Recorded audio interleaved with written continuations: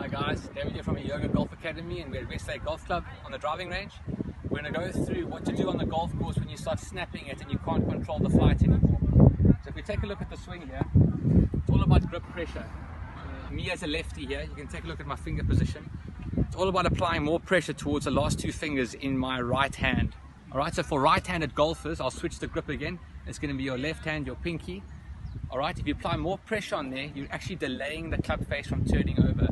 So let's just take a look here for a lefty. Alright, my top hand.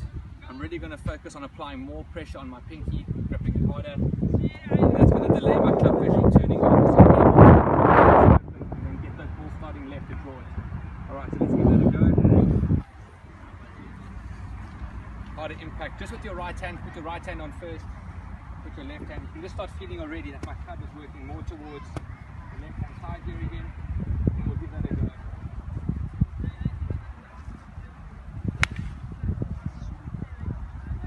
Down the left hand side, I was able then to turn it back.